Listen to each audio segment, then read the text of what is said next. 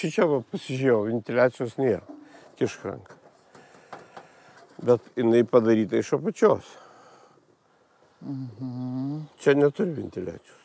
Jo, neturim. Bet kadangi oras va šičia pakyla, ne? Ir čia plėvelė nedadaryta. Ir pro ją kaminas susidaro iš taraus viršui. Jo. Kaip ir viskas tvarkingai. Čia taip retai kas daro? Retai. Jau paguglinta. Bent jau 12 įdėkit akmenį. Nu, nesvarbu ten kažkokį. Aišku, jisai čiučiut brangesnis, bet kad nebūtų skardos, nes skarda šitoj vietoje jau dabar jau atgyveno, sena banga, kaip aš sakau. Stogą atšildo, viskas bėga, iki šičio vidurio vanduo atbėga ir užšala. Siaurėja ir galų gale užšala. Paskui užšala šičia nuo kelių lašų ir išpūsdavo polistirolą struktūrą, nubirėdavo viskas. Tai jau paskui žmogui remontuoti trūko kantrybė, taip ką jis padarė, tai užsidėjo saulės baterijas, sudėjo šildomą kabelį. Ties viduriu per aukštai latakas, nes lysdamas sniegas tavo tą lataką nuneš.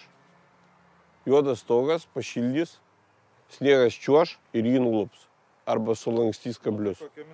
Tai va, tai vieną užtvarą pilnai per vieną ir antros bent jau kas 30 cm iki visų turėsi užlipimą ramų ant stogo visą laiką pasižiūrėti. Vėl bus tau, kai sniego kopečios.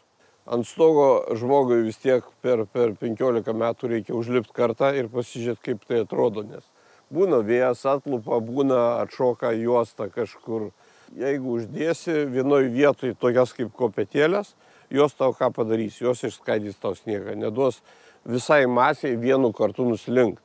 Nes kada slenka 2 tonos, tai joks kablys tau neišlaikys. Čia kaip mašiną paleist, kažkokio šūdo prisirenka, ne? Jo prisirinks vis daugiau. Tai sakau, kad būna po 5-6 metų problema. Tai turės šeimininkas jau aišku užlipti ir įsivalyti latakus, bent jau kas 2 metai. Nes jie bus pilni. Kad neatsirastų čia balkone vandens, patarčiau kažkur padaryti ekstra. Dabar būna tos liūtys tokį.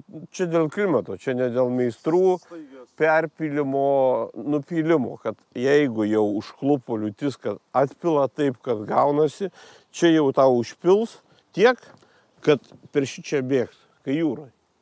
Nespės, ta nesuris. Ta nesuris. Čia bus baseinas. Pala, Vaidai, juk šito stogo išeinat pro ten. Šitą įląją tik tai bet tiek duoda, žinok, čia perpils, įbėgs ant šito ir čia užpildys vandenį. Čia atsiras kokios 4 tonos svorio. Nu, nežinau, tu čia labai ekstremaliai. Turi minį atsarginį padaryti. Atsarginį nubėgimą. Tiesiog vienoje vietoje pažemyt, nesusikauptų čia iki šičia. Padaryt tokį ekstra nubėgimą. Kils, bėgs čia visur. Čia bus pilna, ne? Čia pradės bėgti kažkur, va čia va. Į vidų. Į vidų. Tai gal tada, jeigu taip jau pafantazuojam kaip tavo versiją, tai išpjaut vieną šičia. Jo, bet fasadė išpjaut kaip atrodys. O kaip žiūrėk, dar nieko čia nepadaryta. Šitos murlotus, kada susideda, pastovi pusę metų, ne? Persukti varžtus, nes ką daro ir silikatas labai nudžiūsta, nusidėvi. Maždaug atsiranda laisvumas apie 5 mm, 6. Visi tie varžtai pirštais gali sukinėti, žinai, jie pradeda. Jeigu taip netyčia atsitiktų šeimininkui po kokių 5-6 metų, kada sumažėja pastato šiluminis efektyvumas ir bent jau mažas pamatytum, kad čia kažkur sudrėko gipsas, dar kažkas, žinau, įtempiamos lubos. Išgirstum per metus vieną kartą pavasarį lašą, žinai, tempimų būna. Bum, žinai, ką reikia tada padaryti.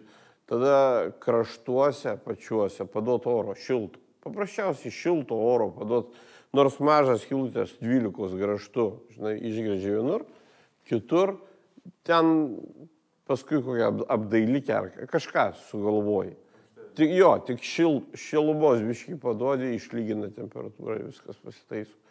Nes ant gipso tai nesimato, gipsas kompensuoja tą drėgmės tos kelis lašus sugeria į save, o įtempiamos lubos tai būna, kad Atrodo, kad pelė vaikšto, žinai.